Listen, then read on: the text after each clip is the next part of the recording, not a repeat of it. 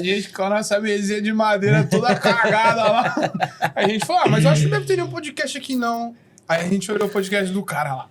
O cenário, pai, as paradas. Aí eu, Guilherme, olhou pra cara do outro e falou, eu acho que a gente tem que fazer alguma coisa diferente.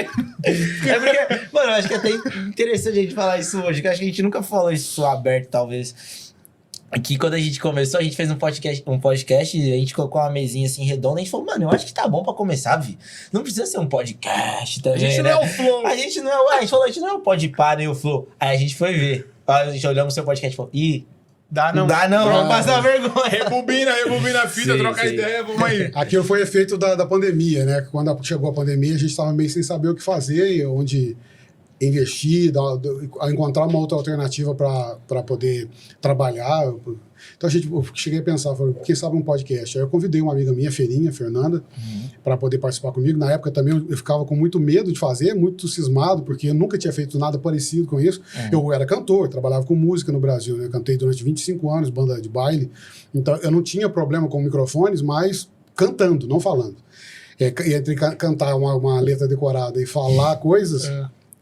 É totalmente diferente. Totalmente diferente. Aí apareceu essa oportunidade. A pandemia foi ruim por um lado, com as perdas que tivemos na pandemia aqui, não só aqui, mas no Brasil, no mundo inteiro, né, na verdade. Sim. Mas por outro lado foi uma, se eu posso dizer isso, foi uma coisa boa, disruptiva, porque fez a gente ganhar uma grana bacana naquela época também, e isso ajudou a virada de montar chave, acho que seria a palavra. Uma virada de chave. Virada de chave, não. Porque na época como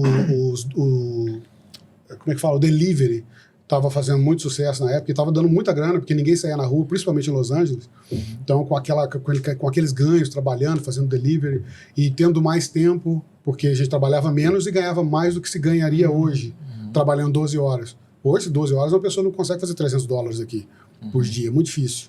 Naquela época, você trabalhava 6 horas, você fazia isso, 300, 6, 7 horas. 6 horas, $300. Entendeu?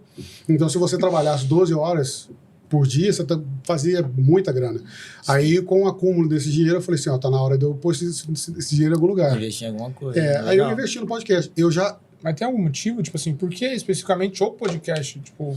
Porque seria o primeiro. Porque eu havia, como vocês fizeram, eu também olhei para ver se tinha algum podcast já aqui em Los Angeles, na Califórnia, na Flórida já tinha, mas aqui na Califórnia não.